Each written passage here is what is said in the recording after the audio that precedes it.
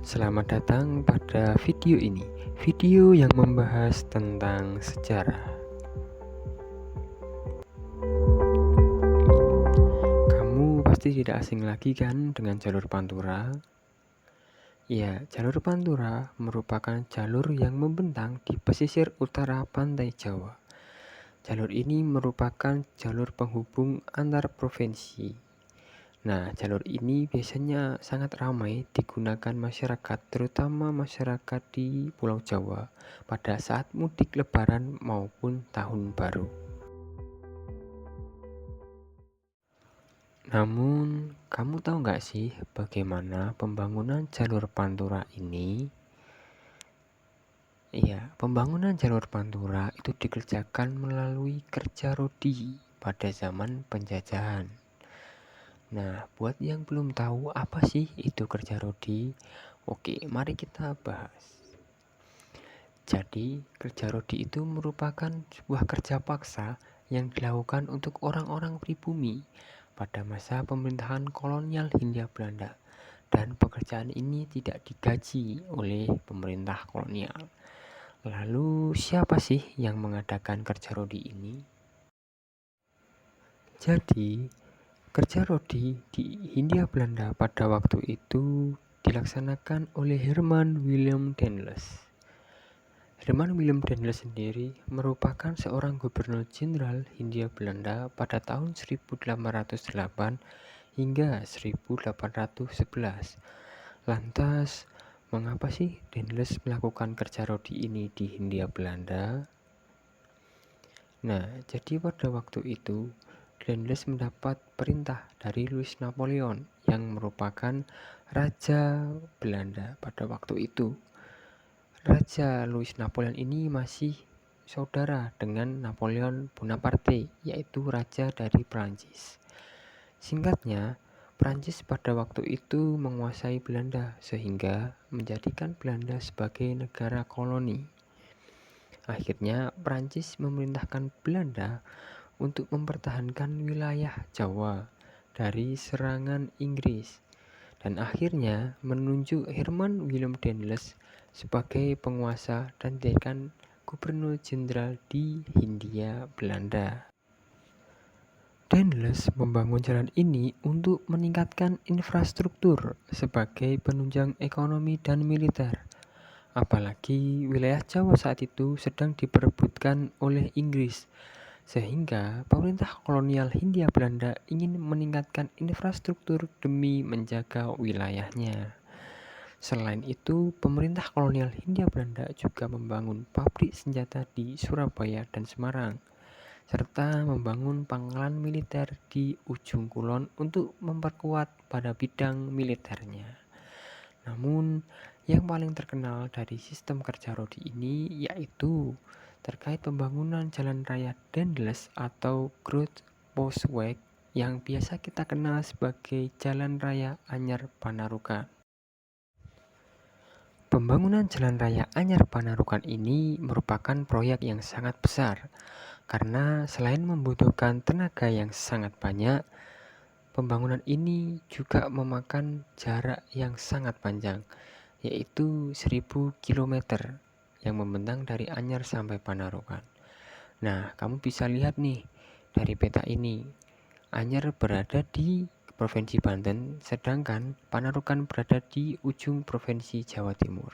Nah, bisa dibayangkan betapa menderitanya rakyat tanpa bayaran sepeser pun dari pemerintah kolonial. Nah, selain itu masyarakat juga masih mendapat perlakuan buruk dari pemerintah kolonial.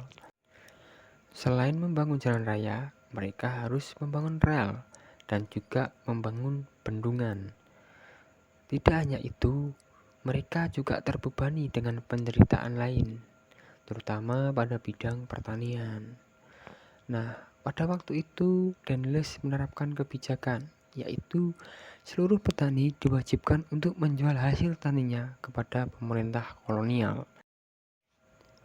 Tentu saja, harga yang ditetapkan pemerintah sangat rendah, sehingga rakyat tidak memiliki keuntungan yang besar.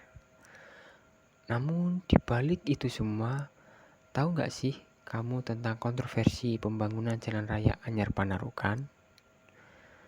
Ya, kita mengenal pembangunan Jalan Raya Anyar Panarukan sebagai kerja rodi tanpa upah sepeser pun dari pemerintah. Namun, ada spekulasi bahwa pekerja saat itu juga dibayar. Namun, apakah benar demikian? Menurut Guru Besar Ilmu Sejarah Universitas Indonesia, Profesor Djoko Marihantono berpendapat bahwa pekerja saat itu juga dibayar. Nah, pembangunan Jalan Raya Bogor-Cirebon dilakukan kerja upah karena Direktur Jenderal Keuangan menyiapkan dana upah untuk para pekerja, mandor, peralatan, dan konsumsi. Sistem pembayarannya, pemerintah memberikan dana kepada para prefek, lalu diberikan kepada para bupati. Lantas, mengapa beliau berani berpendapat seperti itu? Apakah ada buktinya? Nah, jadi memang ada bukti pembayaran dari pemerintah kolonial. Nah, bukti tersebut dari pemerintah kolonial ke prefek itu ada buktinya, yaitu ke jabatan tingkat residen. Sedangkan dari prefek itu tidak ada bukti pembayaran kepada para pekerja.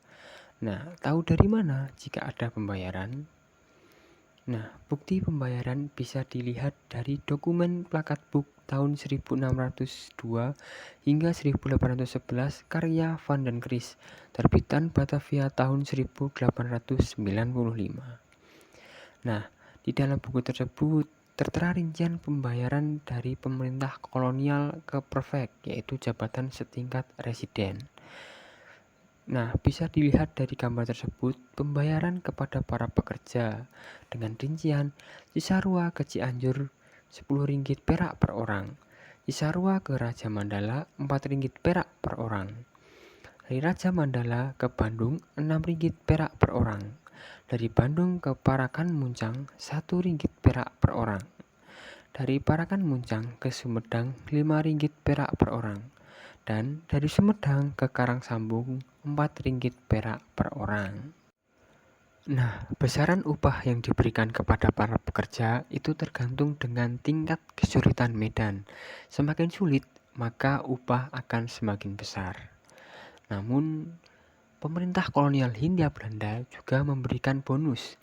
Per 28 Maret 1809, pekerja hingga proyek selesai dikasih secara cuma-cuma perharinya 1/4 pon beras, serta tiap bulan 5 pon garam. Untuk pekerja asal Cirebon dan Forsterlanden, ada ketentuan khusus mengenai pengupahan. Mandor Rp3, pekerja Rp2, per kepala 3 kantung beras. Nah, pertanyaannya, kemana semua uang tersebut?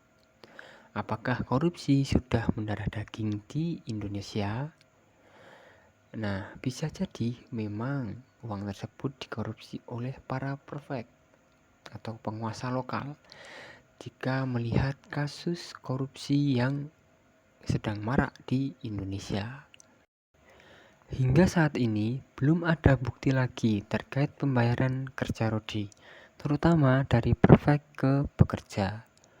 Belum selesai pembangunan Jalan Raya Dendels, ternyata pemerintah kolonial Hindia Belanda mengalami kehabisan dana dalam proyek besar itu. Sehingga Dendels memerintahkan kepada para penguasa lokal atau prefek untuk membebaskan lahan dan melanjutkan proyek. Nah, mulai dari sinilah kerja tanpa dibayar itu terjadi. Namun, untuk wilayah Pekalongan dan Batang masih tetap dibayar karena besarnya risiko dan tingkat kesulitan medan. Residen akan disediakan uang dari kas negara sebesar 2.000 perak untuk membayar 162 upah kerja selama hari-hari kerja yang sangat berat. Nah, bukti-bukti dari dokumen tersebut juga menjelaskan secara rinci terkait pembagian upah kepada para pekerja, bahkan terdapat bonus. Menurut Profesor Djoko Marihandono sendiri, bukti pembayaran upah kepada bupati sudah ditemukan, tetapi bukti dari bupati ke pekerja belum ditemukan. Nah, sehingga muncul anggapan bahwa uang yang seharusnya didapatkan para pekerja justru masuk ke kantong para penguasa lokal. Saat ini kita belajar bahwa kerja rodi merupakan kerja paksa yang tidak dibayar sepeser pun. Namun ada anggapan bahwa rakyat Indonesia itu disengsarakan oleh orang Indonesia itu sendiri. Jika melihat kasus korupsi di Indonesia yang semakin banyak. Namun di balik itu semua, apakah ada dampak dari kerja rodi itu sendiri? Nah, tentu saja ada. Bahkan ada dampak positifnya. Untuk dampak positifnya, yaitu yang pertama ada mobilitas penduduk. Nah, mobilitas penduduk sendiri itu terkait dengan aktivitas rakyat atau masyarakat untuk melewati jalan yang telah dibangun pada era kolonial, yaitu pemerintahan Dendles. Selain itu, distribusi ekonomi, pertanian, dan perdagangan juga akan meningkat seiring dengan pembangunan jalan, terutama saat ini yang semakin lama kebutuhan juga akan semakin meningkat, sehingga pembangunan jalan raya juga akan diperlukan. Untuk dampak negatifnya, yaitu yang pertama jelas bahwa kita mengalami kerugian, yaitu memakan korban jiwa hingga 12.000 orang. Selain itu, kita juga masih merasakan dengan adanya kelaparan karena rakyat terlalu fokus dengan pekerjaan yang dibebankan oleh pemerintah kolonial Hindia Belanda.